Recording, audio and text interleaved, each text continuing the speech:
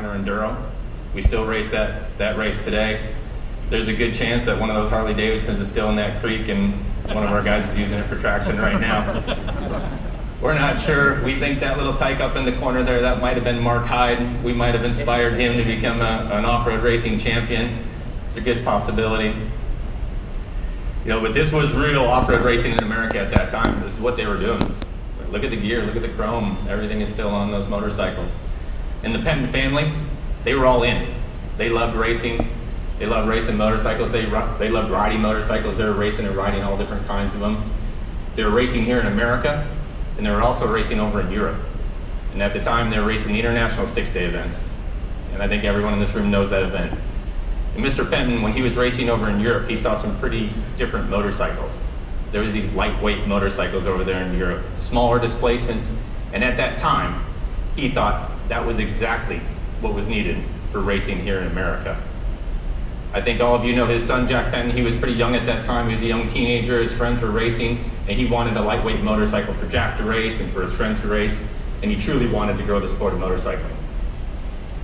So fast forward to 1967, he went to KTM and he met with Eric Trunkepolz.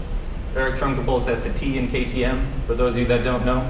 He also met with a gentleman by the name of Coleman Che. That's Coleman there in the white shirt, black tie. At that time, he had Florian's job. He was the global chief sales officer. He's actually still with the company today. I think still comes in on a very regular basis. There's a lot of head nodding here. Coleman's still around. And Mr. Trunkepolz and Mr. Penton, they struck up a deal.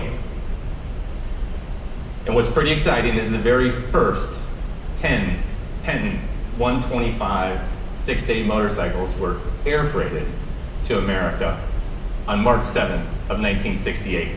If you can imagine at the time, air freighting motorcycles over. And upon arrival, you know what they did. They immediately uncrated those motorcycles and they went racing with them. And they went down to the Stony Mountain National Enduro in Georgia, and they went down to the Alligator Enduro in Florida. We still race there today as well. And they did pretty well on those motorcycles. And since that moment, I can tell you that off-road racing in America and around the world has changed. So there's deep roots here. There's deep roots, and generations of riders and racers, they're connected to off-road racing in America because of Mr. Penton. And I think in every generation there's an opportunity. And just like Mr. Penton, I was thinking back to the last 60 years of the motorcycle business here in America. And I believe that there's been more changes in the last 10 years than there was in the 50 before that.